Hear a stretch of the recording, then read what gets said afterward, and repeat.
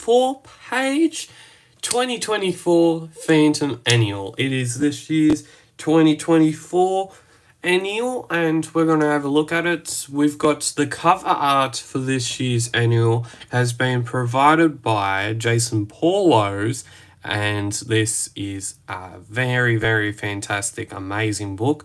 We have another themed collection by a lot of themed collections and collecting a lot of stories by Graham Nolan, and this is what the back cover looks like as well, and it's so very, very amazing. Very, very amazing. We also have this year's replica as well, and that is the Phantom's Engagement number 34, so we'll have a brief look at that. And now let's have a look at the Phantom comic book, at the 2024 Phantom Annual. So let's go. 244 pages of absolutely awesomeness. The issue number for this comic book is number 1962, so let's go. Okay, we have stories such as the Viking Fortress Mystery, the Iron Python, the Prince Wrexham's Conspiracy, On the Trail of an Assassin, the Fire Peak Tribe, the Time Skip, also known as the Forbidden Lands, the Boy from San Diego, 5 Days of Dragon Part 1 to Part 5, Chapters 1 to Chapter 5, and that's about it. So we're going to have a look at this story. And also, if you want to be like the Colonel and subscribe to The Phantom for only $208 per year, you can subscribe online at www.phantomcomic.com.au. That was read so very quickly. Go on, Brad. The Viking Fortress Mystery. The Viking Fortress Mystery is the 160th Phantom Sunday story. The story was written by Tony DePaul and drawn by Graham Nolan. Published 4th of April 2004 to the 26th of September 2004. Last published by Few the Phantom in 1403, issue number 1403 in 2004. Well, now I'm on to it real quick then. Not so much now. So many fish today, as many as the stars. By the gods, look, bring the elders quickly, tell them we see the fortress of the ancient invader. Jumba likes his bath, big friend, a drumbeat gurrin from Muriland. Indeed, drums of a warning distress. And so, there's this ancient civilization, there's this ancient Viking who had originally come to Bengala all those years ago. And we find out that this temple, this building, is cursed. It's cursed because it radiates this smell. And a lot of people do not like this smell because the premise of this story is that there's this big Viking fortress comes up above sea level, and all the natives are like, oh no, it's the Viking fortress. It's come back from its deathly prowess. And when they don't actually realize that that's not why it's up. The Phantom goes into the fortress, notices that the reason why it smells so much, why you can't breathe, why people can't talk, is because it's like a chemical reaction between one chemical and another chemical. And because of that, and because that this fortress is pretty much on top of a volcanic seaboard, that's where all these chemicals are coming from. So the Phantom goes back down there. He tries and works it all out. He tries to work out why this fortress is coming up so often. And it's only that it comes up so often, it's only that it's like a phenomenon. It comes up every once in a while. And that's why the Maori people are scared. And they secure their homeland by the Phantom dounging this fortress into the seabed forever. and hopefully it won't come back up. I hardly think it would find 2 foreign victims unless, what, Guran? Unless you and the foreign king are not 2 victims, but 1. It must be so. The Viking king was your ancestor. A dead Viking king among the phantom's known ancestors? Just a dream born or fever. Or, bound for the deep woods. Ha! What a trick destiny has played on you, old friend. Before the seafaring ancestor dons the mantle of the first phantom, before he swore the fight to the privacy that had marooned him here in Bengala. This little did he know that his own ancestors, a king of pirates, had been here centuries before. And that this king had been buried in a secret place the first phantom would later discover and call home. Skull Cave, for the more than 400 years home of the phantom.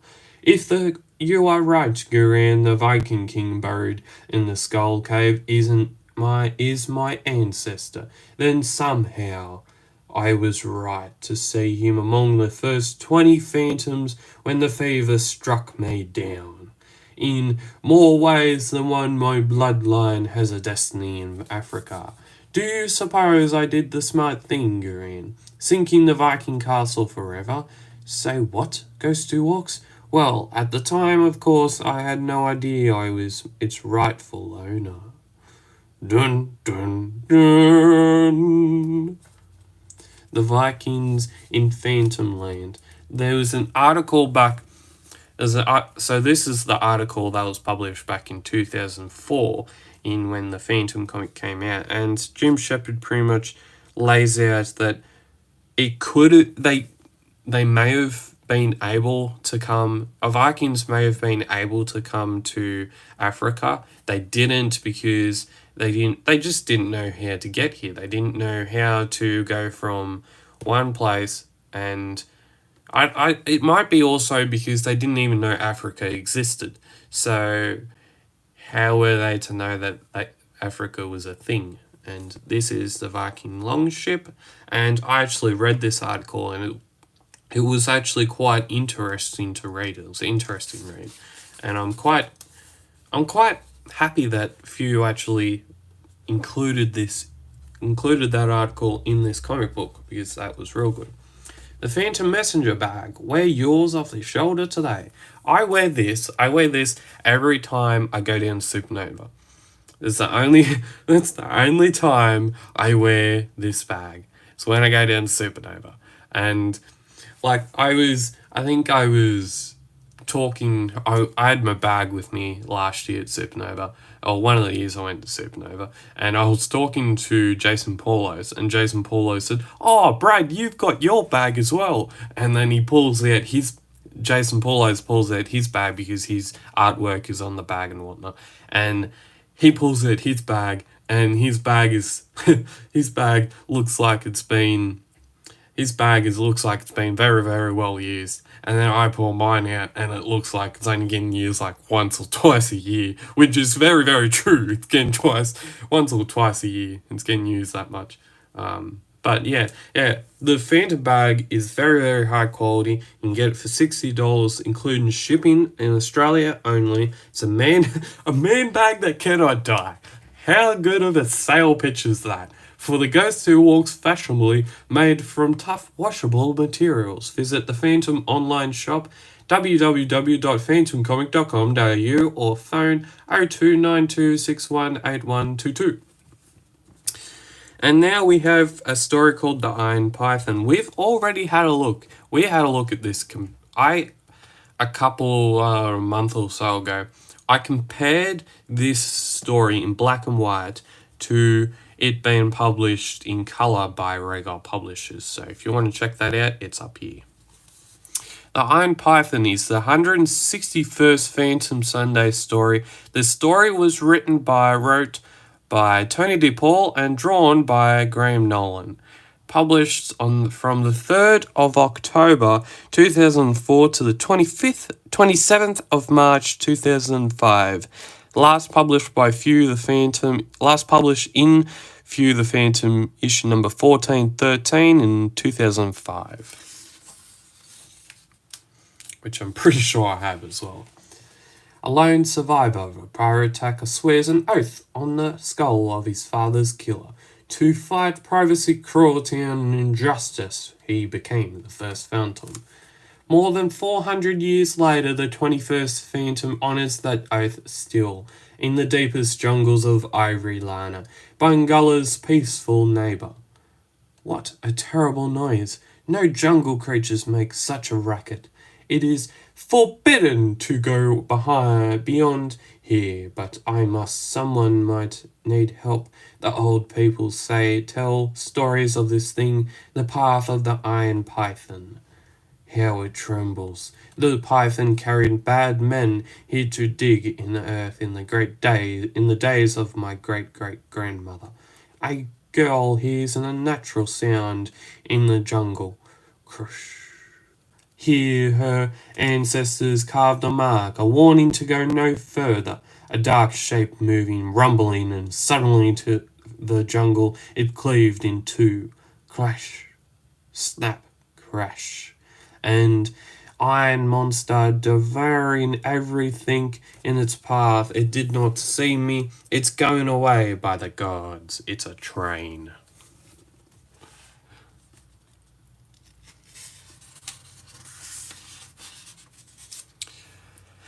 And what is on this train is very, very spooky at that. There's these types of people. There's types of bad people are in this train. They're delivering very, very hazardous material. And they're offloading it into, I think, Ivory Lana or something like that. They're offloading it into somewhere else, which is pretty much polluting. And the way they're going to get away with this is that they're not showing their faces as such. They're dressing up like they're clowns in a sideshow alley. They're dressing up like they're a spooky monster and scaring off anyone that really wants to drive any harm their way. And their business any harm their way as well. So the Phantom hears about this and he wants to go and take a look at it. He takes a look at it, he thonks a few people, he gives them the good old thrashing about, and he eventually destroys their plan. And in doing so, he destroys their plan, he finds out what it is all about, start dumping out the ballast. That ballast isn't seawater, but toxic chemicals. Of course, the sound of running water. There must be sacred tanks on the ghost train, used to carry these chemical poisons into Ivory Lana for disposal. Chemical waste from the overseas. The corrupt Rhodian military dumps it on the neighbouring soil in peaceful Ivory Lana. Holding tanks built into the deck of every car, electric train valves under each deck, probably activated by the engineer once the train pulls into the mountain tunnel. No wonder the train goes so much faster on the return trip. It's lighter by hundreds of tons. Remember, men, if the villagers dare to interfere, act as scary as you look. The day they stop fearing you, we're out of business. I may be the first ghost who walks to disguise himself as a skeleton who rides. Rides the Rhodian ghost train on its final journey. So he rides the Rhodian ghost train. He pretty much takes care of business and says, "Say, what happened to him? He's dead tired. Spin the wheel, gambling car, on the Rhodian ghost train. Tickety, tickety, tick, tick, tick." The Phantom, in disguise, dealing with thugs car by car. Ha! The house wins again, pal. Cheats again is more like it. That looks like poker. Maybe I can play. Later that night. Hey, club car, 2 deserted. Where did everybody go? Stoking the fires, the ghost train. They should have had a fresh coal shoveler up here half an hour ago. You there, about time, start shoveling the coal, put your back into it. Tell you what, second scariest man on the locomotive does the manual labour. What do you say? Say, who are you? Blah. The deepest ivory liner. Phantom puts the gang on the Rhodian criminals off the ghost train. You're taking our train? What about us? What about us? It isn't fair. I've had enough and I want my share. Not so much that my train goes back into Rhodian military and crashes back into the station where it came from. And goes boom, boom, boom. Yeah. Brad's singing is terrible.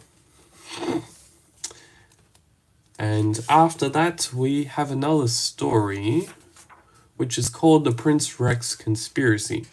So there's this person. The Prince Rex Conspiracy is the 162nd Phantom Sunday story. The story was written by Tony DePaul and drawn by Graham Nolan.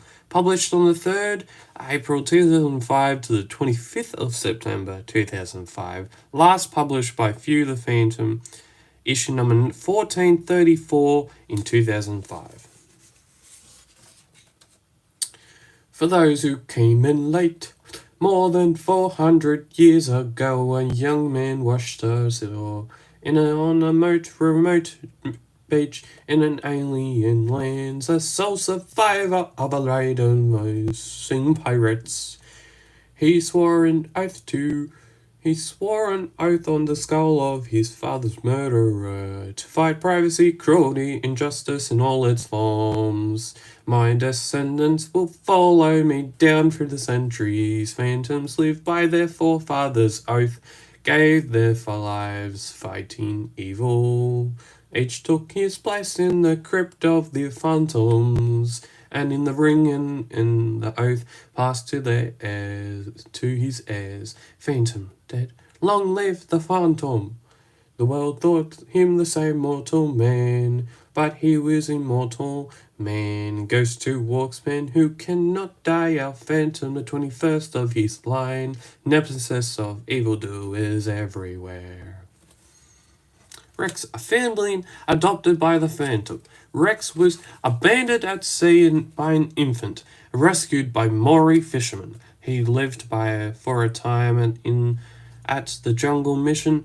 The Phantom and West Wambezi hunting party happened by saw creatures attracted by the scent of death. A plague had wept through, only the child was left alive. Phantom took him to the deep woods of Skull Cave. Your son goes to walks? No, Guran, somewhere a mother is weeping for him. We must find her.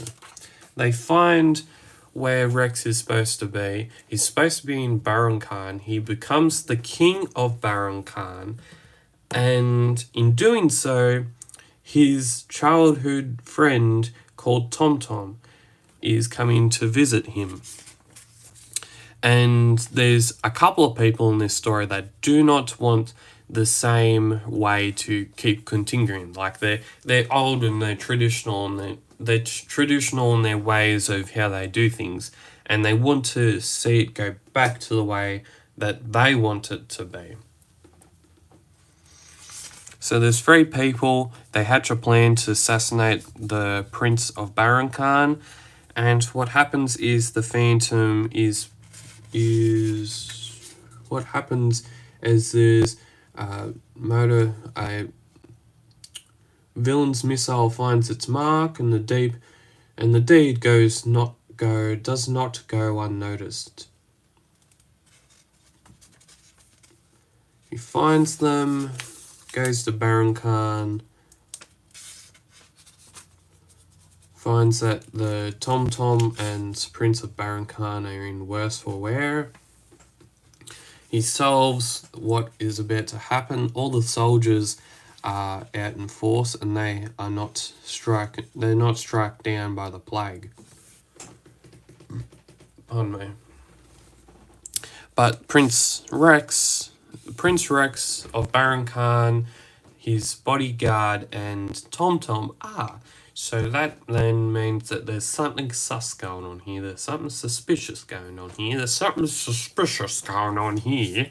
And so the Phantom works out that this doctor, the doctor to Prince Rex, is giving Prince Rex different stuff to the army. And in doing so, he pretty much injects the prince with a plague. And his personal guard gets it too. So the Phantom foils a key player in the conspiracy, and in doing so he finds two other people connected to this conspiracy, and eventually Prince Rex is healthy enough to take back the reign of his rightful heir, the reign of his rightful kingdom, and it says, his struggle is a valiant one. He will soon recover, he must. Ah, Vizison, trust you bring us good news on the health of our young leader. At last the little family is dead. Why, I bring it myself, Minister Zombak. Thank you for minding my kingdom. After ordering strong doses of plague for the Rex, Zombak expects word of his death. Thanks to the Phantom, the news is otherwise. Prince Rex back in control of Baron Khan. These three conspirators go to jail, but he's not going without a fight. He wants to try and kill Rex of Baron Khan, but doesn't succeed. The story ends with this. Hero, old boy, you fared well. Oh, Rex said, I should mention that horse was chosen by the fetching Captain Lara, just for you, and Tom Tom is in love. It's a good way to end the story. On the trail of an assassin. On the trail of an assassin is the 163rd Phantom Sunday story. The story was written by Tony DePaul and drawn by Graham Nolan. Published from the 2nd of October 2005 to the 26th of March 2006. Last published by Few the Phantom in Few the Phantom issue number 1445 in 2006. So it starts off with, on the trail of the assassin. This man is an ex-Rondian military, codenamed Brakos. A very capable assassin, has some ties to criminal elements here in Moritwan. He's going to kill again soon. He must be stopped. The Phantom takes upon this knowledge and tries to work out where this Brakos is. Kit and Hollis go with her, resume their studies, and catch up with old school chums. My work in the deep woods settles into a routine but a lonely one. It would be wonderful to get the family together again on this mission, even for just a few precious hours. But we're working here, aren't we, Colonel? We're working here. He goes into New York. He says, there it is again. But the light wasn't really there. It was just on my side, a reflection. There it is again. And what happens is that the Phantom is actually the person who was going to get assassinated. And in doing so, originally it was to get Diana to get assassinated, and then it was to get the Phantom to get assassinated. But they don't get assassinated at all. They do not get assassinated at all. And this Brakos, eventually, he's really high up. He's really high up. And the Phantom pretty much, the Brakos has also done his research. He knows Diana Palmer's routine. He partially knows the Phantom's routine. And because he knows Diana Palmer's routine, he knows where she's going to be, and eventually the Phantom, Brakos eventually is in a crosshairs settle on his target. I'll take him from here, then go down there after the lady. You're way out of pistol range, marksman. Ah, he got me with 2 spent rounds. That hurt. Find better cover. Get going now. You're a dead man, mister. Gasp. Gasp. Oh no. And what happens to him? He falls over the balcony of the hotel and goes to his death. And Diana says, the UN is trying to broker the surrender of the Rhodian junta. It's my project. Not every general thinks it's a good one. The Phantom went up against a killer who had every advantage. He saved Diana from an assassin's bullet. The presidential palace Motuan. Mr. President. Old friend, you're back. I was just alarmed at your first report from the States. Diana and I've spoken since then. The secret talks on the Rhodian surrender remain in the progress, very fragile, but we must have hope. Diana's murder certainly would have ruined any confidence that the junta's more pliable officers have in her officers. You did the right thing. That man you killed won't trouble us anymore. Diana said I killed Bracos? She's mistaken. I did everything I could to defend the innocent, but it was not enough. It seems fate itself took a hand that night. Reports to Luaga after his mission to the States. But Diana saw you shoot the assassin, old friend. You fired. He fell. He was a quarter mile away, Lamanda. No one can hit a man with a pistol shot at that range. The showdown with Bracos is, as the Phantom saw it, a lucky shot with a spent bullet would have gotten his attention, no doubt, but I was already doing that with a noise and muzzle flash. All I could do was buy Diana and her guards a few moments to find better cover. Then why did Bracos fall? Beats me. Maybe he realized he was a bad man and decided to jump. You knew you had no chance against him. You were trading your life for Diana's. Naturally, Lamanda. An excellent trade any day of the week. Somehow, the world is rid of the only man who knows why he didn't take me up on it. And then we have like a historical look at Leigh Falk and the Phantom. And then we have the Phantom's Generations trading card set. I don't have these, but they came out a couple years ago. They seem like a really, really good set to get. So if you want to buy them, they're $40 for the full set plus postage. You can order from the same website, phantomcomic.com.au. And the Fire Peak Tribe. The Fire Peak Tribe is the 164th Phantom Sunday story. The story was written by Tony DePaul and drawn by Graham Nolan. Published the 2nd of April 2006 and went until the 17th of September 2006.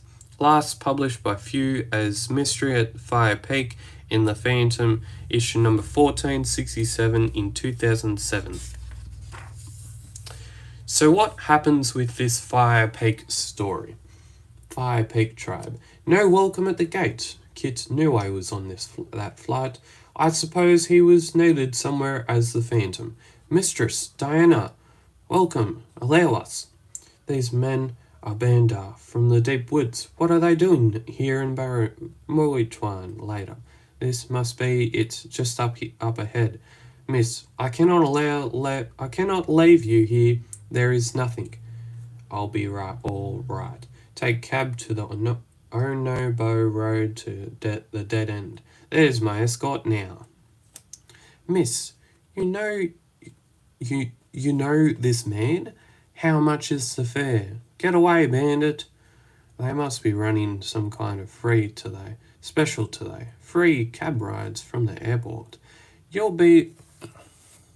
And just like that, my gimbal is done. Okay.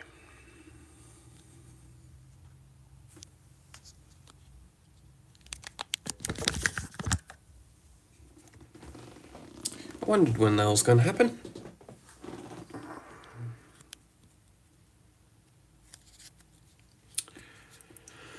Okay, what do we got here? Okay, so the Phantom, Diana has just gotten off a cab, and the cab wasn't too happy about it. Get away, bandit, he says. Oh, kids, it's lovelier than I ever imagined. Tomorrow you'll get to see it up close. They're going to the Fire Peak Mountain. Going to Fire Peak Mountain.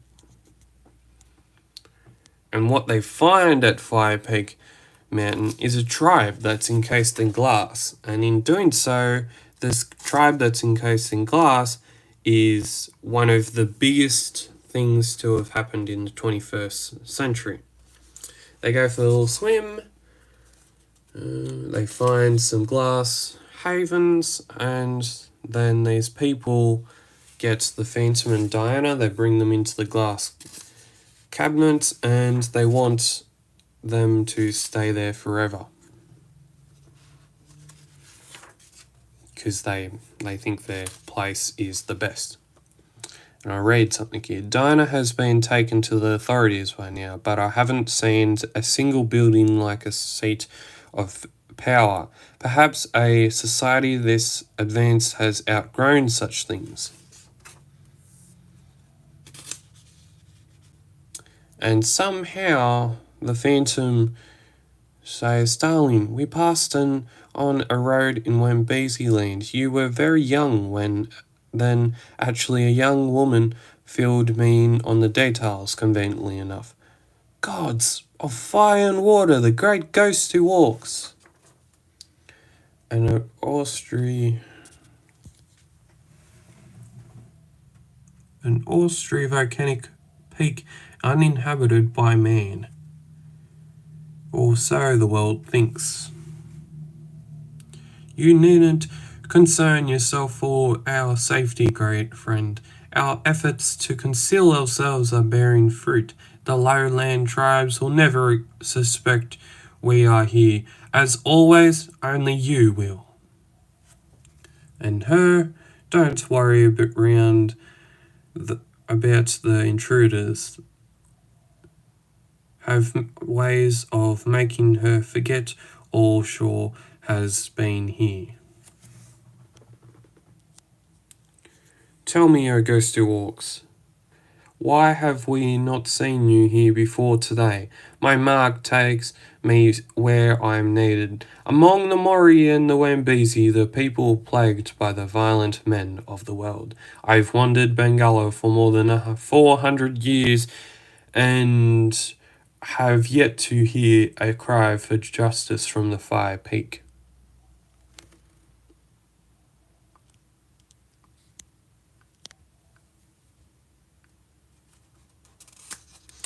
Next new adventure. They get out just in time.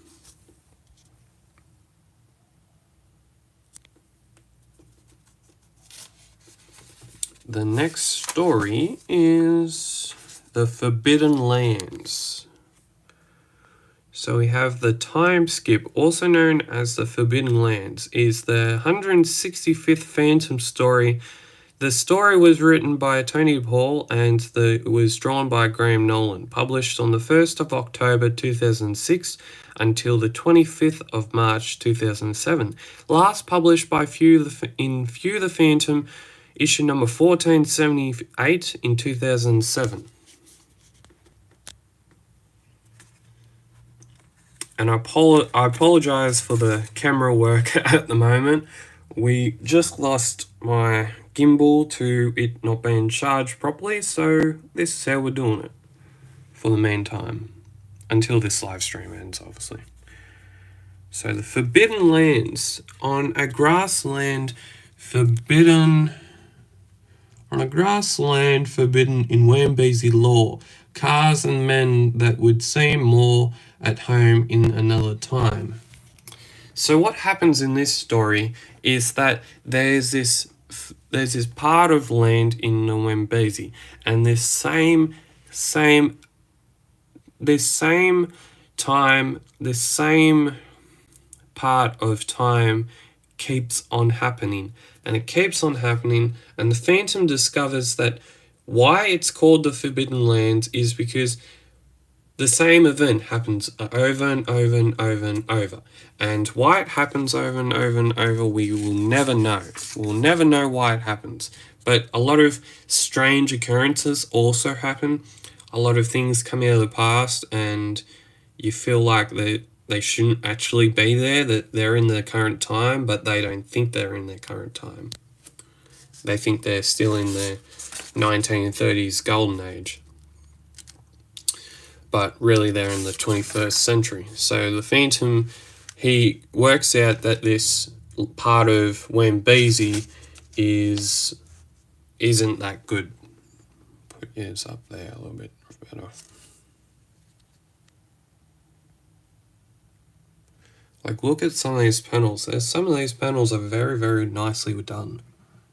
Especially, like, these panels in black and white, they've just got to be some of the best panels. Look at that one there. It's like grey, blacks, and not much white happening. It's so awesome. And the Phantom meets this pilot who is wanting to be one of the first people to go over the British Strait. I'm just dandy marks, man. Now back up or I'll shoot. A mystery flight drops,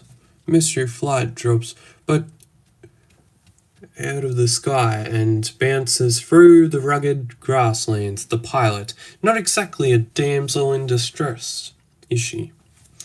I'm no threat, miss. A wolf ate wolf, and I know it's hard to believe, grr. You have a well-trained wolf? I'm impressed, but you're still a common thug, a saboteur for hire.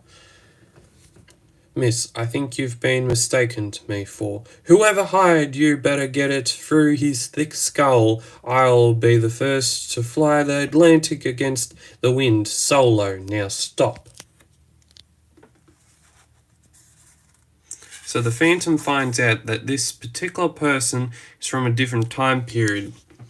And because she's from a different time period, she doesn't actually know that what is actually happened. So that we have these cars that are here, and they're wanting to take this, they're wanting to saboteur her plans. And eventually she makes the trip across the Atlantic solo, and a frozen line almost downs her.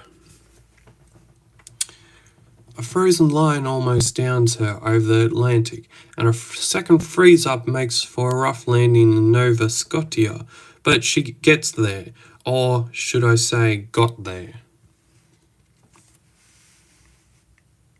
In a land where time on a turn back on itself, the Phantom helped Merrill Markham live to find her destiny. Men who tried to stop her found theirs too. What happened is that the men who tried to stop her eventually crashed and met their fate.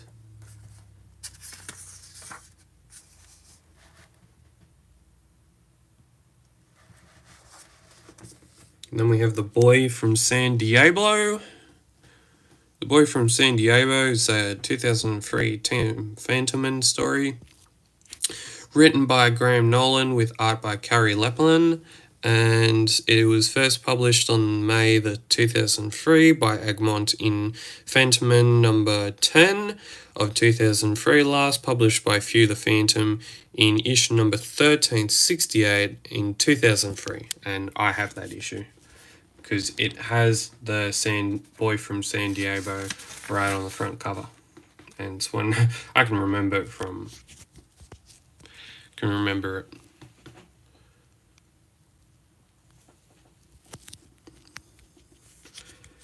What happens is that there's this boy whose relatives and parents have just passed away because someone else wants the rightful ownership of the land and the kingdom. And this Triant that really wants it for himself doesn't want the boy to inherit it. This boy also reckons that his great grandpa has also passed away, but he's actually in jail. They put him in jail for no reason at all, and the Phantom helps everyone try and succeed, and in doing so, he tries and helps this boy to try and get his heir to the leadership back. There's this big party, and there's this big dictator that says, this is all mine. You cannot take this away from me. Father, you're back from your holiday? Don't talk rubbish. You knew me in the prison. You knew I was in the prison. You threw me in the prison. You're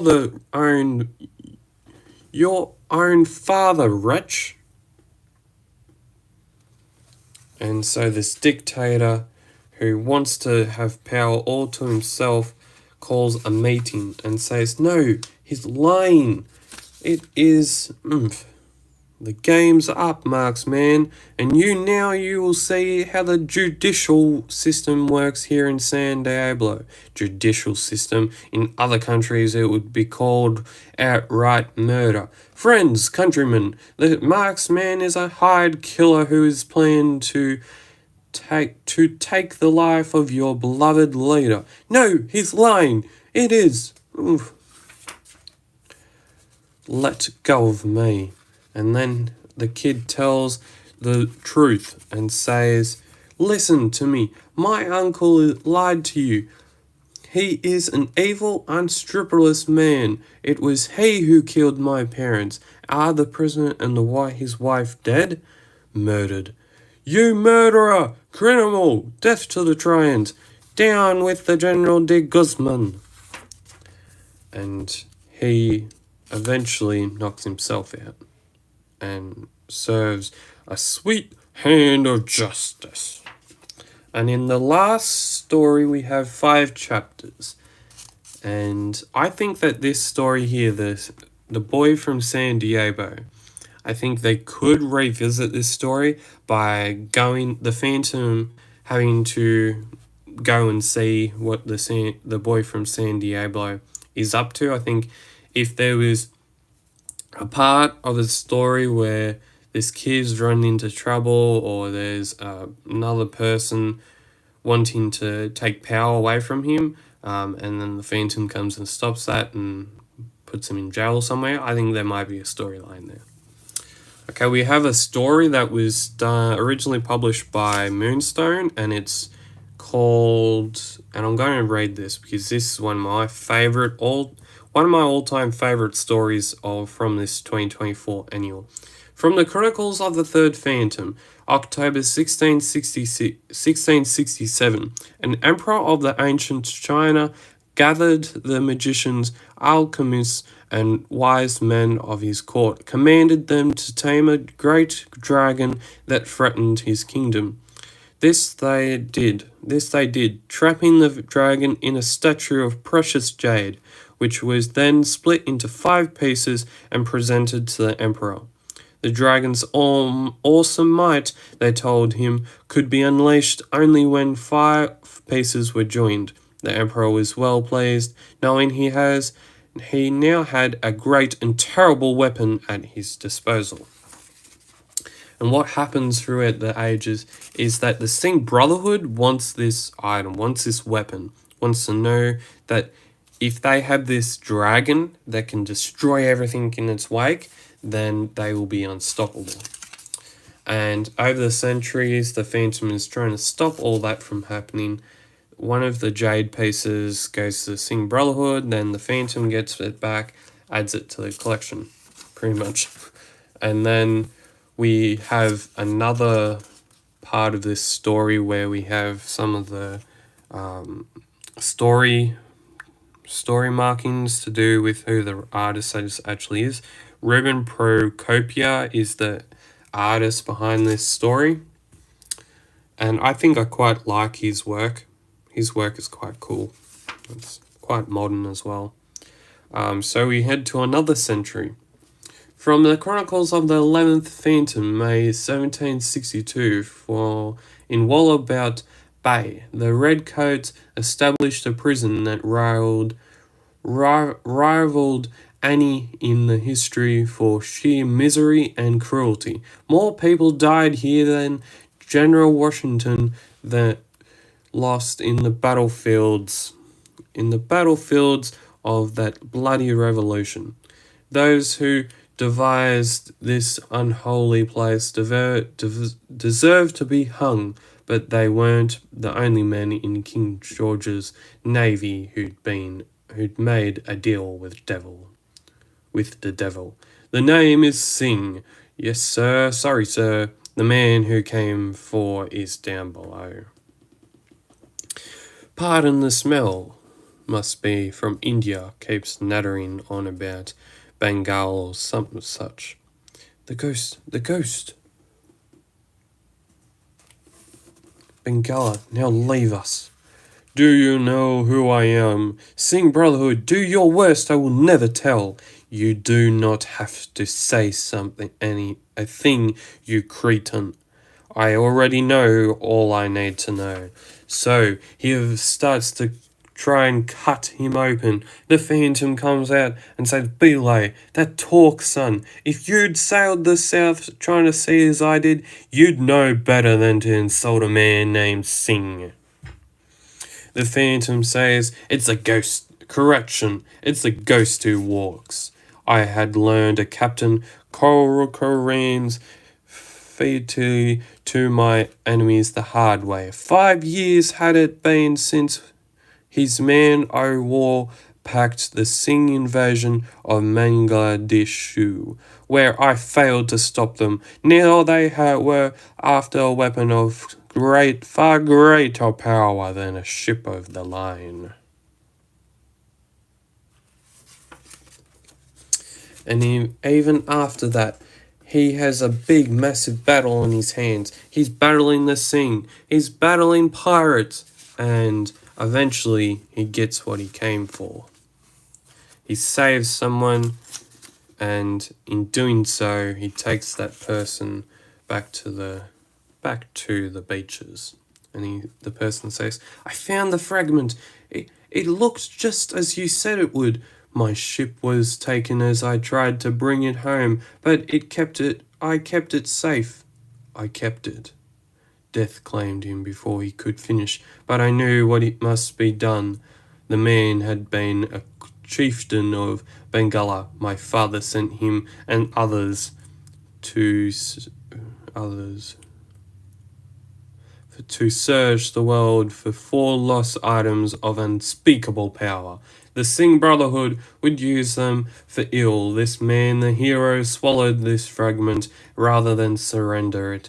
Once again, the abyss yawned, beckoning me still deeper into the darkness. And once again I answered the challenge, and he now has the fragment. Less like me, you should lose your soul and along the way be reduced to a ghost who walks. I had pushed past every barrier set before me and snatched victory from my enemies, but I had no sense of triumph. Joy had long since fled my heart. I leave this chronicle as a warning to those who carry on the mantle of the Phantom. Do not lose yourself in our mission. Do not turn your back on earth and home, on all things that keep us human.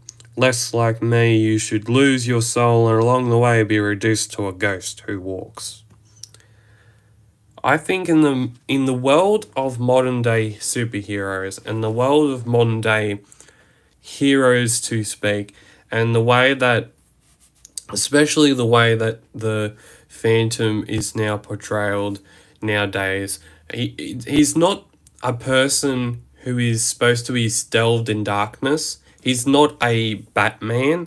And because Batman right now at this point in time, Batman's like a person for the last 40 or 50 years. Batman is that type of person that is just wanting darkness, and the Phantom's not that at all. And I saw that. I saw that when I was reading this, and I thought it was very good writing. Just in some ways, the Phantom isn't a dark creature. He isn't a person that's going to want to take it out on himself. He isn't a person that's taking darkness to a new level, if that makes any sense. So we go to the Chronicles of the 16th Phantom. They were 7. They were 7 when they set out across the Chihuahua Waste. The desert made them turn on one another for minor betrayals or suspicions. A man made to test a subject waterhole at gunpoint. Another left to die with his hobbled mount. That left only 4 the hardest men when the trail ended at San Bernardo.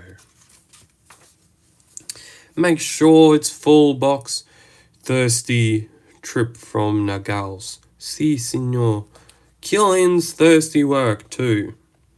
So there's this Singh Brotherhood. We're in the Westworld. We're in the Wild, Wild West. We're in the Wild, Wild West. And there's this guy looking for this particular fragment in this town where it's filled with people who are at peace at themselves.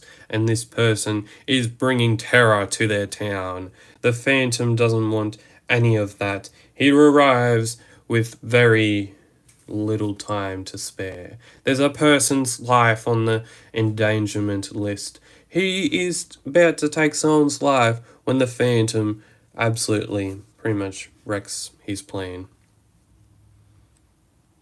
He ties them up, and eventually he finds the fragment. They show him where the fragment is, and in the last story, we go to the mountains. It is from the Chronicles of the 19th Phantom, November 1933.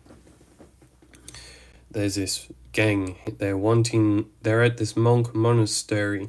They're wanting a fragment, one of the last ever fragments of the dragon. And they say, "Hold, what? Holy, would you look at that? The Phantom's back."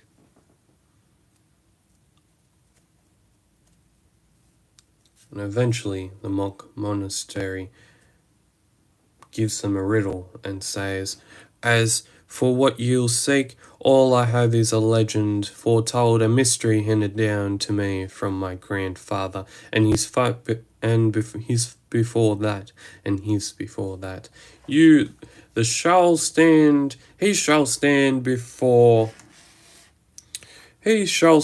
before you, a man of the modern world. The object he seeks will obviously be beneath a man of his bearing. Will he humble himself to find it? Would you? Perhaps he will know. I warned you not to toy with me, old man. You would..."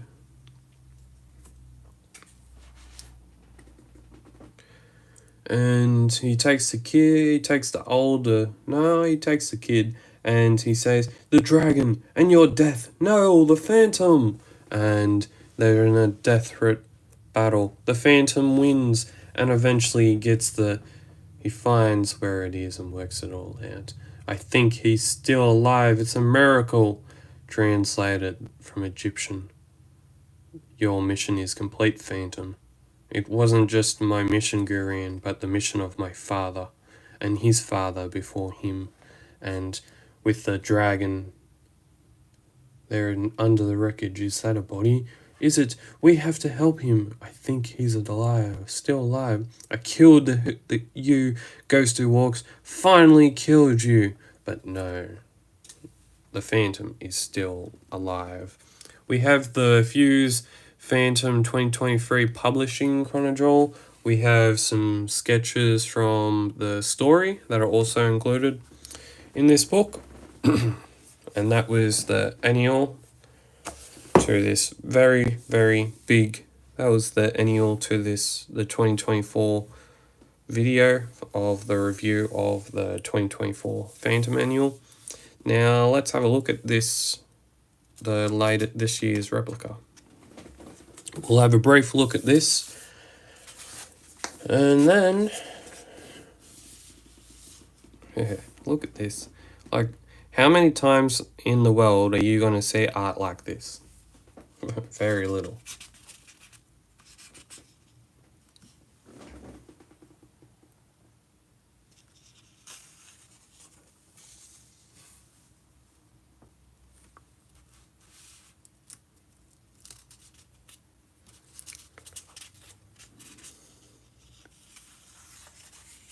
I don't actually know. Because I've only been following the Phantom for like 8 years, and I don't actually know when few are actually going to stop their replicas. Because there's a big debate around these replicas whether to keep them going or to stop them and try and think of something else to include in the annual book, with the annual book.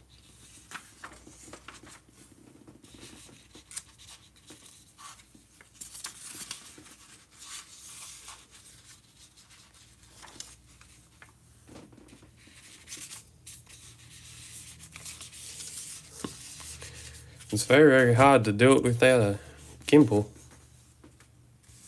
Makes life so much easier, gimbals do. Get yourself one of the Catman's magic luminous rings. These rings are no longer available.